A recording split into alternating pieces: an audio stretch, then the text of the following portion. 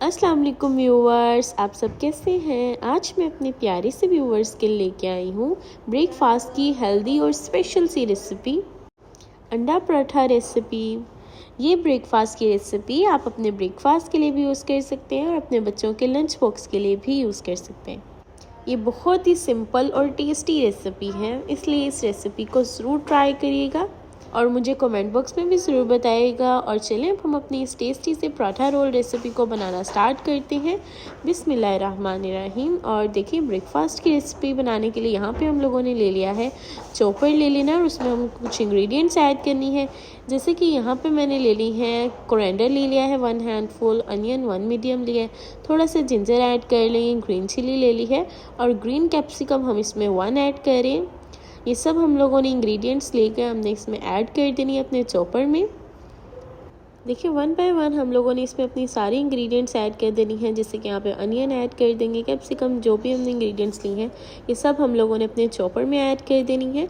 और इसके बाद हम लोगों ने इसमें कुछ स्पाइसेस ऐड करनी है। पहले हम इन्हें ऐड कर लेंगे और इन्हें अच्छे से चॉप कर लेंगे और इन्हें चॉप करके फिर हम इसमें ऐड कर देंगे लेमन जूस। और लेमन जूस यहाँ पे मैंने ले लिया है 1 table spoon lemon juice add करके साथ में ही हम इसमें यहाँ पे ऐड कर देंगे अपना चिकन मिन्स ऐड कर देंगे। आप चिकन के क्यूब्स भी ऐड कर सकते हैं। मैं यहाँ पे चिकन मिन्स ऐड कर रही हूँ और साथ में इसमें कुछ स्पाइसेस ऐड कर रही हूँ। सॉल्ट में आप अपने टेस्ट के मुताबिक ऐड कर सकते हैं। मैं यहाँ पे 1 टीस्पून सॉल्ट ले रही हूँ, red chilli powder 1 teaspoon, red crushed chilli 1 teaspoon और कोरिएंडर पाउडर भी 1 टीस्पून लेंगे। और ये सब स्पाइसेस ऐड करके फिर हम लोगों ने इन्हें भी अच्छे से मिक्स कर लेना है, इन्हें भी अच्छे से चॉप कर लेना है कि जो हमारी स्पाइसेस हैं और वेज हमने जो ऐड किया है अनियन वगैरह वो सब कुछ अच्छे से इसमें मिन्स में अच्छे से मिक्स हो जाए। और फिर हमारा जो चिकन है वो अच्छे से मैरिनेट हो चुका है, लाइक हमारा कबाब की मैरिनेशन रेडी हो चुकी है। और हमारे कबाब की मैरिनेशन ऑलमोस्ट डन हो चुकी है। अब लास्ट इंग्रेडिएंट हम इसमें ऐड करेंगे bread crumbs 3 to 4 table spoon. इससे हमारे कबाब अच्छे से रेडी हो जाएंगे और टूटेंगे नहीं, इसलिए हम लोगों ने ब्रेड क्रम्स ऐड कर दिए। और ब्रेड क्रम्स ऐड करके अब यहाँ पे हमारी मैरिनेशन तो डन हो चुकी है। और यहाँ पे अब हम लोग ले लेंगे, यहाँ पे पैन ले लिया हमने और उसमें हम बनाएंगे इसके लिए एक स्पेशल सी सॉस जिससे हमारे इन पराठा रोल का टेस्ट बहुत ही टेस्टी हो जाएगा। उसके लिए यहाँ पे सॉल्ट 1/4 टीस्पून लिया है, red crushed chilli 1/4 teaspoon, oregano 1 teaspoon और ब्लैक पेपर पाउडर भी 1/4 टीस्पून ले लिया है। और साथ में कुछ और स्पाइसेस हैं, coriander powder 1/2 teaspoon, red chilli powder 1/4 teaspoon, cumin seeds 1/4 teaspoon और चाट मसाला भी 1/4 टीस्पून ऐड करेंगे। और टर्मेरिक पाउडर ऐड कर देंगे 1 पिंच। और ये सब स्पाइसेस को हमने बस थोड़ा सा सोटे कर लेना है अच्छे से। और इन्हें सोटे करने के बाद हम लोगों ने इनमें ऐड कर देना, जब अच्छे से थोड़ा सा सोटे हो जाएंगे फिर हम इसमें ऐड कर देंगे क्रीम। हम इसमें ऐड कर देंगे हाफ कप मैंने यहाँ पे क्रीम ले लिया और वो ऐड करके अब हम लोगों ने इसे अच्छे से मिक्स कर लेना है कि हमारी जो स्पाइसेस हैं और हमारी सॉस है वो अच्छे से मिक्स हो जाए।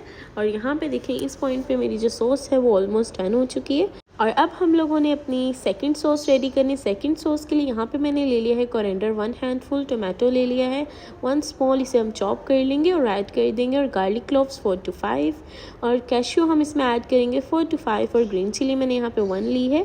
और ये सब जो इंग्रेडिएंट्स हैं इन्हें भी हम लोगों ने ऐड कर देना है। और इसी के साथ यहाँ पे मैंने पहले देखें हमने अपना कोरिएंडर ऐड कर लेना है। इन सब इंग्रेडिएंट्स को हम इसमें ऐड करते हैं।